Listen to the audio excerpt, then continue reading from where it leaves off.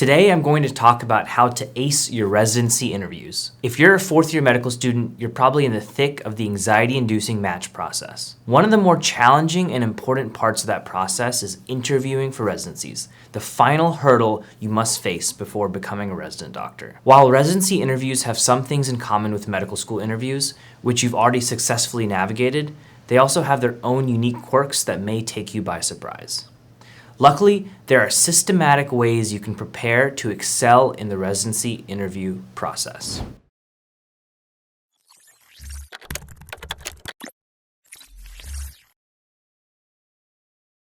Hi, I'm Dr. Pranjal Gupta, medical school admissions expert from Shemmassian Academic Consulting. In this video, I'll go over everything you need to know about the residency interviews, including what purpose the residency interviews serve, how to stand out from other applicants, and what you can do afterwards to make the most of your interview. Let's get started. First things first, your ERAS application materials have already given residency committees insight into your academic performance, clinical experience, medical knowledge, and so forth. So being invited to interview means you're already been deemed good enough in those departments. So you may be wondering why you even need to do the residency interview. Committees won't be able to glean much about your personality or social skills from reading your application. Understanding these aspects of you is important because they're deciding whether or not to invite you into their community. To excel in our interviews, focus on conveying the following. You're personable and easy to connect with. This means being friendly and sociable. You don't exhibit clear interpersonal difficulties, such as social awkwardness or argumentativeness. You also want to demonstrate that you can work well with others and contribute to a pleasant environment. You're as polished in person as you seem in your applications. This means acting professionally and avoiding awkward missteps during your interview. Remember that residency committees aren't simply interviewing you as a student, they're also viewing you as a potential colleague. The run-up to interview season can be tough as you nervously await invitations. You might start to worry if you notice your peers getting lots of interview invitations, but keep in mind that different specialties and programs often have their own unique timelines. So the best things you can do are stay calm as you wait, focus on excelling in your rotations, and make time to practice your interview skills. When you do receive an invitation to interview, it's crucial to respond right away. That's because some programs have the practice of inviting more candidates to interview than they can actually accommodate. So, to lock down your spot, make sure to email or call the interview coordinator as soon as possible to schedule. On that note, keep in mind that scheduling interviews, especially during peak interview season, is a logistical challenge and that you may not be able to interview on the dates you prefer. Consider all communication with program staff as part of the interview, regardless of their position. No matter what inconveniences you face, make sure to treat everyone with politeness and respect. Trust me, you don't want to be remembered as the candidate who is pushy or lost their temper. Try to schedule a program you're less excited about first, so that it can serve as a practice interview before you meet with your top choices. However, you don't want to schedule your top programs too late in the cycle either. This might suggest a lack of enthusiasm or risk coming at a point when you're exhausted. Instead, aim to schedule your high priority interviews somewhere in the beginning to middle of the season when you're fresh, energized, and practiced. After confirming your interview date, book travel and accommodations immediately in order to ensure the best prices. Plan to arrive the day before your interview in order to minimize travel-related setbacks. On the day of your interview, plan to arrive with enough time to find where you need to be, gather your thoughts, and relax. You don't want to rush into your interview and risk seeming flustered during the interview. If a dinner is offered the night before, plan to attend, even if it's deemed optional. A dinner is a valuable opportunity to connect with your interviewers in a social setting, as well as a useful source of information, since you'll likely be able to speak with current program residents. Now, let's talk about how to prepare for the interview itself. The first thing to do is to make sure you know your ERAS application materials inside and out. Any detail or experience you've mentioned in your application is fair game for your interviewer to bring up. You should be ready to answer questions like, why should we select you for our program? And what differentiates you from other candidates? A good exercise to prepare for these types of questions is to make a list of your strengths, values, accomplishments, and abilities. Then choose 5 things from this list that you'd like to focus on in your interview and identify why these qualities make you an excellent candidate for the specific program. Next, make sure you're familiar with the program's offerings and culture by studying the website. Note any keywords or concepts that come up repeatedly, for instance, diversity or research, so you can incorporate these ideas into your interview responses, which will demonstrate good fit. You can also talk to anyone you know who has a connection to the program or its supporting institution, like alumni or faculty at your med school. Specialty-specific advisors at your school may also have insight into a program's culture, focuses, or interview process. You may or may not be provided with the names of your interviewers in advance, but if you are, it's a good idea to look up their research and clinical interests. If an appropriate opening occurs during your interview, you'll then be prepared to ask thoughtful questions about their work. Make sure you're up to date on trends, news, and topics of interest within your chosen specialty by reading the latest journals and specialty association websites. Showing you're aware of current conversations in your field will help you present yourself as someone ready to be a colleague rather than just a student. Conversely, seeming unfamiliar with current topics might make interviewers doubt your commitment to the specialty, which might negatively impact your odds of matching. It's a good idea to go through several rounds of mock interviews before you embark on the real thing. Here are some suggestions of people who you might ask to interview you. Your medical school advisor, especially if their area of expertise is your specialty of interest. A friend who successfully navigated the residency match. Or a residency admissions consultant. You should ask your mock interviewer to give you feedback on both the content of your answers and your delivery, including eye contact, speed, body language, and conversational fluidity. Rather than take notes for the future, incorporate this feedback directly into further practice. You may also find it helpful to record your practice interviews so you can review them yourself later. It might be cringy to watch a recording of yourself, but it will allow you to evaluate your interview readiness and improve. However, you don't want to over-practice to the point where you seem robotic or stuck in your canned responses.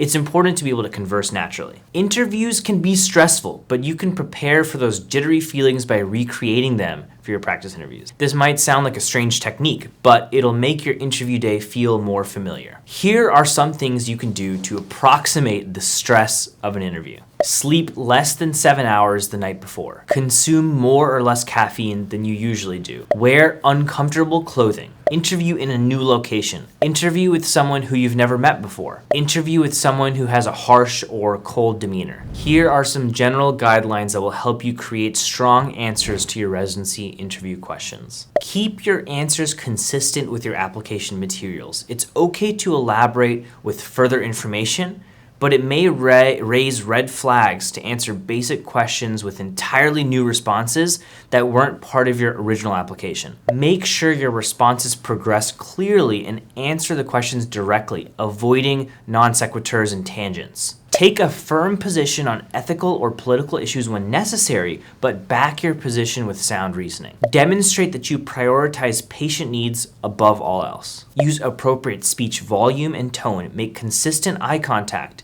and display appropriate emotions and facial expressions. Update your interviewers on new achievements not reflected in your ERAS application. Keeping those guidelines in mind, let's go over 5 common questions you'll face in residency interviews and how to best answer them. Tell me about yourself is one of the most common interview questions, but it's open-ended enough that many applicants are unsure of how to handle it. It's actually fairly simple. Tell me about yourself is meant to find out more about who you are as a person and whether you'll be a good fit for the residency.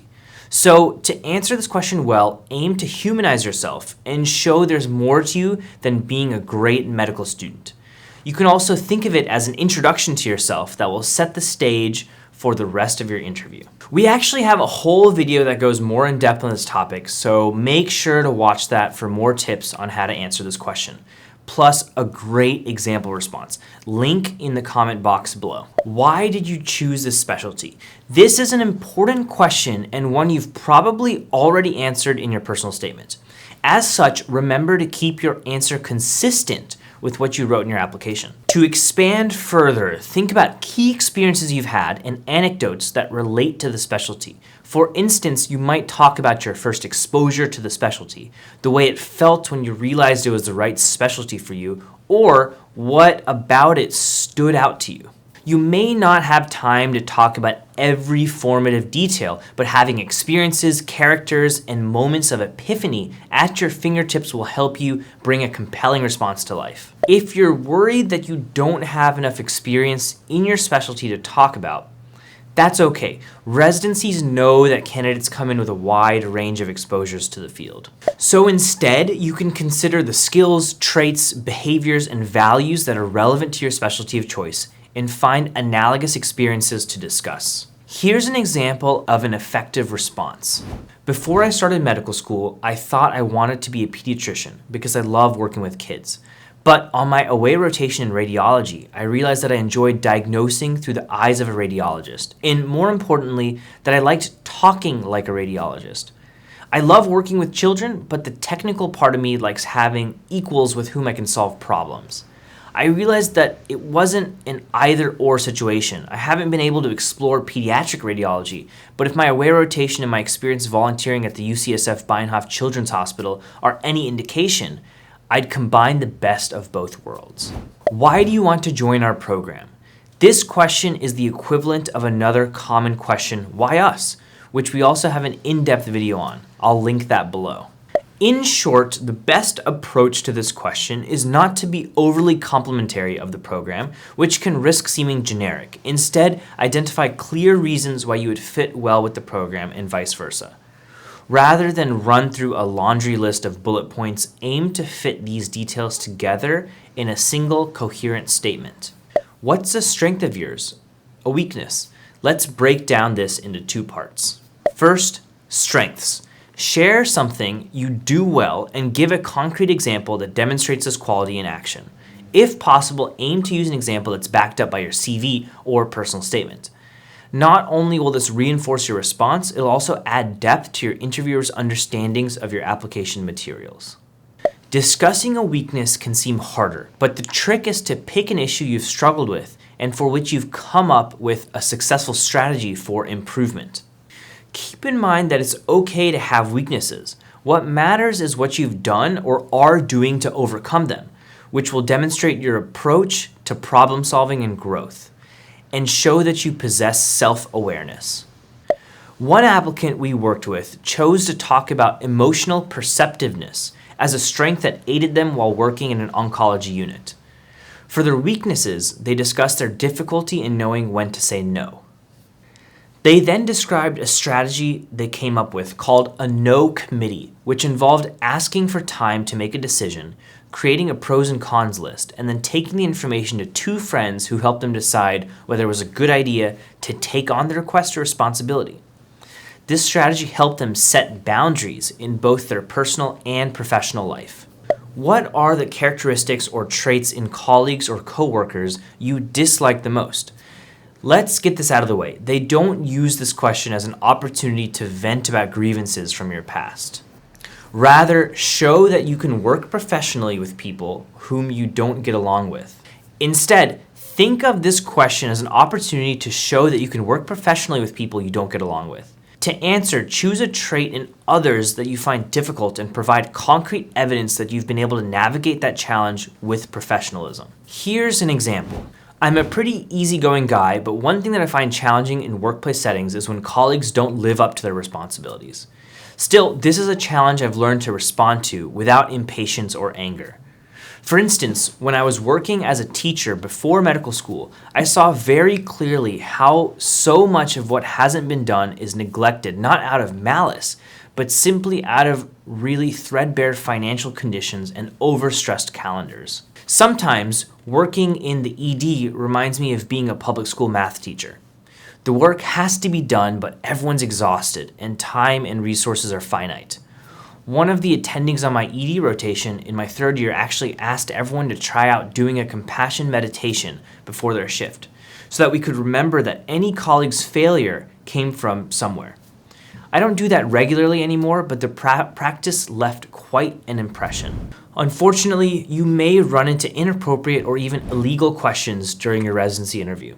Restrictions exist around what types of questions can be asked during interviews in order to protect you from being unfairly eliminated. Most illegal questions will fit into one of these three categories: disabilities and physical skills, race, ethnicity, or creed, and family and relationship issues. So how should you handle these types of questions?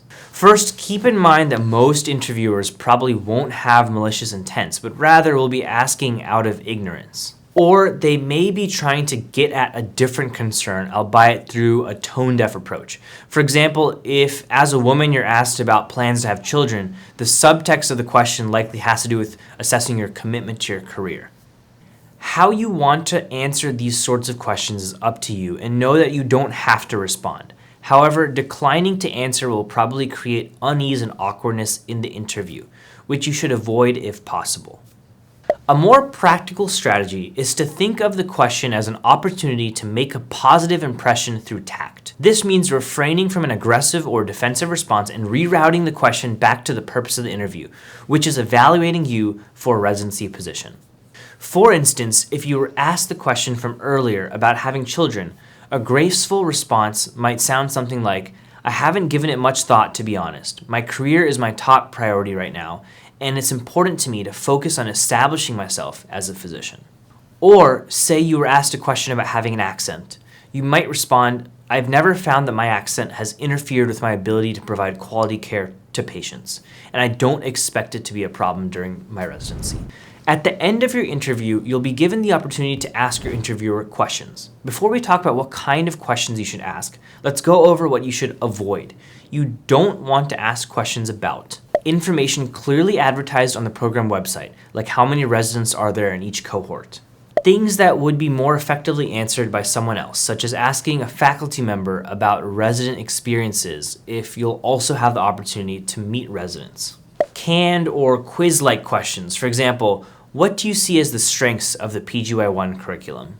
Instead, great questions include thoughtful questions about specific opportunities. For example, what criteria determine whether a PGY2 resident qualifies for the legal medicine elective? Soliciting advice about navigating residency, such as, what have you observed to be the most common struggles for first-year residents, and what advice would you be willing to share with someone like me? Plan to send a thank you note to every person with whom you interview, unless a program explicitly asks you not to. You should write to them within 24 to 48 hours of your interview, preferably by email. To send the best thank you notes possible, at the first opportunity you have after your interview, jot down your interviewer's name and a few bullet points about what you discussed during the interview. Make sure to write down any specific advice or guidance they gave you, which you should definitely mention in your note. Keep your thank you note on the shorter side. 1 or 2 paragraphs will suffice.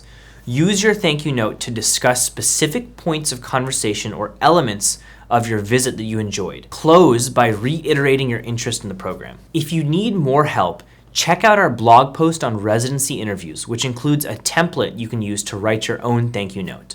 Link in the comment box below. Residency interviews can be challenging, but with solid preparation, you can present your best self and stand out from the crowd. Remember that interviews are an opportunity to convey to residency committees who you are as a person. Focus your energy not on only delivering compelling responses, but also on coming across as polite and as a likable candidate.